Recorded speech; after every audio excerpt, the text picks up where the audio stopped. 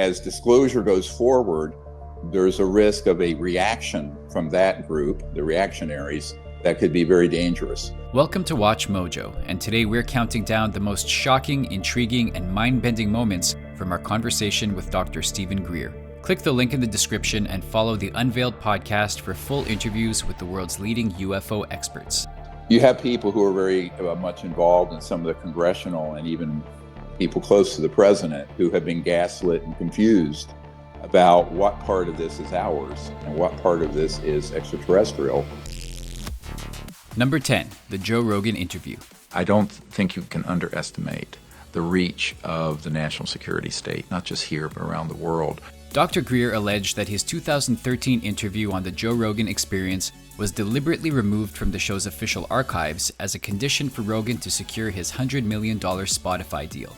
Greer argues this is standard practice as major media corporations are vertically and horizontally integrated into this covert system. It's like I was on Joe Rogan back in 2013 or something. And in order for him to get his $100 million, they had to take my interview out of the lineup.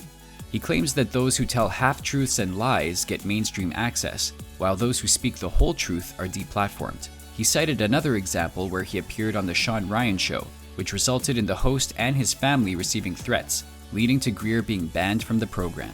This is what typically happens. You can go on 60 Minutes if you tell half-truths and lies, because the major media corporations are vertically and horizontally integrated into this covert system. Number 9, the Buga sphere's shifting mass. Among the most fascinating moments was the discussion of a piece of potential physical evidence of non-human tech, a metallic sphere that reportedly landed in Buga, Colombia. Some of them have very high, significant amount of osmium, and osmium wasn't even on our periodic tables until I think 1903. So, and they're older. They're 1,000, 2,000, 4,000 years old. So what is that? What makes it sound like something from another world is its impossible physics. Dr. Greer stated that when the object landed, it weighed about 2 kilograms, but now weighs over 10 kilograms, a 500% increase in mass. He explains this is due to advanced gravity wave fields that can alter the actual mass of the object. When it landed, it weighed about 2 kilograms, about 4.5 pounds. It currently weighs over 10 kilograms or 22 pounds. Wow, so, that's a big difference. Yes, you were talking, pretty much a 5-fold difference in weight. Adding to the mystery are its construction from a super hard aluminum alloy and the presence of hair-like fiber optics embedded within the metal itself, which he believes points to extraterrestrial manufacturing techniques. We're trying to get it set up so we can do an analysis on the metal to get the exact composition, get the carbon dating from the polymer, and get a date. Because if the date predates the ability to have that kind of composite material, then you have a significant finding. Number 8, the Atacama humanoid fraud allegation. The famous 6-inch Atacama humanoid was a key feature in Dr. Greer's documentary Sirius, and he didn't hold back with his accusations regarding its analysis. The question is, what's your price? What is your price? For Joe Rogan, it was $100 million. For Spotify. For Gary, it was whatever. The head of Army Intelligence, General Stubblebine III, offered me $2 billion in 1992 to shut up and not do what I'm doing. I said no thanks. Greer made the explosive claim that the DNA research conducted by Stanford's Dr. Gary Nolan was deliberately fraudulent. He alleges this happened after Nolan received over $3 million in funding from the Department of Defense. He contrasted Nolan's conclusion that it was a human fetus with the physical analysis from a top Stanford radiologist, who Greer says confirmed it was absolutely not a fetus, but a being with bone development equivalent to a 6-year-old human. Greer says he still holds a small sample for future honest testing. I did hold back a tiny little bit of the rib of the Atacama humanoid to be tested. The question is, who do I trust to do the test? Number 7, Eisenhower knew. Until the latest of our world conflicts, the United States had no armaments industry. American makers of plowshares could, with time and as required, make swords as well. But we can no longer risk emergency improvisation of national defense. According to Dr. Greer, President Eisenhower's famous 1961 farewell address warning of the military-industrial complex was not a general caution, but a specific message about the UFO secrecy issue. Greer claims that in the late 1950s, Eisenhower inadvertently lost control of the covert program's reverse engineering ET technology, leading to a decapitation of the normal chain of command. The chain of command got severed, and there was a decapitation, if you will, or a little bit of a coup d'etat that happened in the late 1950s when Eisenhower inadvertently lost control of these covert operations dealing with the retrieval and reverse engineering of extraterrestrial vehicles. This created a rogue, unaccountable element operating with advanced technology beyond presidential oversight. Greer asserts that Eisenhower saw this danger firsthand, and that his speech was a direct, albeit veiled, warning to the American people about this new power structure that had become a threat to our democratic way of life. In the councils of government, we must guard against the acquisition of unwarranted influence, whether sought or unsought, by the military-industrial complex. The potential for the disastrous rise of misplaced power exists and will persist. We must never let the weight of this combination endanger our liberties or democratic processes. Number 6. The cosmic hoax. One of Dr. Greer's most challenging ideas is that humanity is being subjected to a massive psychological warfare operation. He claims that many of the most frightening alien encounters are actually false flag operations staged by humans. If you accept that disinformation narrative, that we don't have anything that can move like that, humans don't, a priori, you're going to reach the conclusion that everything that those objects are doing and have been doing are alien when they're not. They're false flag operations. And this includes mutilations of cattle and people, abductions, human trafficking. According to him, these events, which include cattle mutilations, abductions, human trafficking, and more, are carried out using man-made UFOs designed to look alien. The goal is to cover up these criminal actions by making the public believe everything weird going on is extraterrestrial when it isn't, thereby creating a false narrative of a dangerous alien threat. The CIA is using advanced tech to stage false alien abductions in Brazil and Argentina, targeting their word, peasants, for its psychological warfare value. It's in black and white. Number 5. Weaponized consciousness. While Dr. Greer advocates for using consciousness for peaceful ET contact, he revealed its dark military application. He described a brutal program where individuals known as psionic operators are trained to interface with ET craft using their minds. You can use a knife to cut your bread, or you can use it to slit your throat, right? Or someone's throat.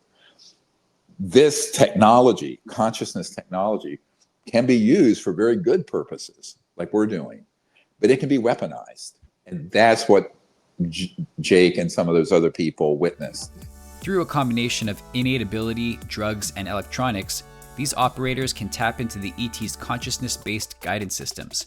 This allows them to effectively hijack the guidance systems on an ET vehicle, pull it into a vulnerable position, and signal for advanced weapons to shoot it down. Greer claims he was personally offered $2 billion in 1992 to assist in developing this program, but refused. This is a very dangerous game being played. And I think this is why General Stubblebine offered me the $2 billion.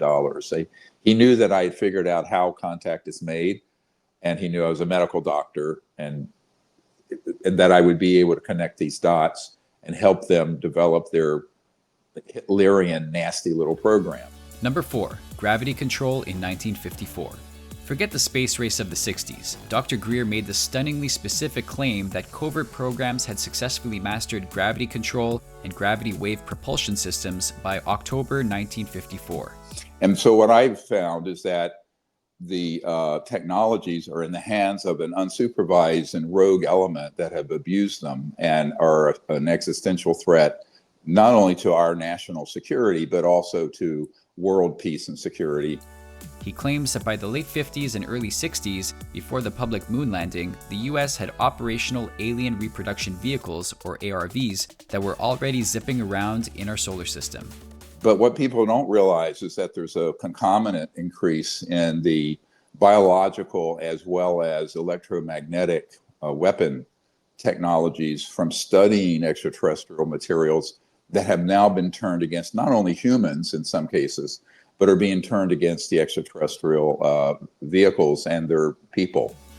This implies a lost century where world-changing technology that could end pollution and poverty has been intentionally hidden from us all. Number 3, the Transnational Criminal Organization. There is a transnational criminal organization that is running these programs that would make the mafia look like a minor law enforcement problem. In one of the most serious allegations of the interview, Dr. Greer stated that this is not just a secret government program, it's a crime syndicate. He claims a high-level federal law enforcement initiative has concluded that these covert projects are run by a transnational criminal organization that would make the mafia look like a minor law enforcement problem. This rogue corporatized group possesses technologies thousands of years ahead of the constitutional government, giving them an insurmountable power advantage. Because of their alleged illegal activities, including embezzlement and murder, he believes they must be pursued with criminal prosecution tools like the RICO statute, which was designed to take down the mob. And it is something that is coming to a head only because as disclosure goes forward, there's a risk of a reaction from that group, the reactionaries, that could be very dangerous. Number 2, the coming catastrophic disclosure. Dr. Greer warns that disclosure is imminent, but it may not be the hopeful event many expect. He fears a catastrophic disclosure where the very cabal that has maintained the secrecy will control the narrative. This narrative, he says, will be one of panic and war and chaos, designed to frame the ET presence as a hostile threat. Good news is, yes, we already have it. We don't even have to develop it. We have to get it out of the black box, right? So I tell people it's actually a very hopeful message if we make it hopeful. And if we don't, it'll be a catastrophic disclosure. The ultimate goal would be to unite the world in fear to fund an endless, multi-trillion-dollar interplanetary war. He contrasts this with the hopeful truth that we are not alone, the visitors are peaceful, and their technology can save the planet. He warns that the future depends entirely on which of these two narratives wins out. That's the thing that everybody is asking for all the time. Well, that's what was supposed to happen last year. And everyone got waved off and they were told it would be catastrophic to do it. Let's see if we can get this sorted out in the new administration. But, here we are 8 months later and what?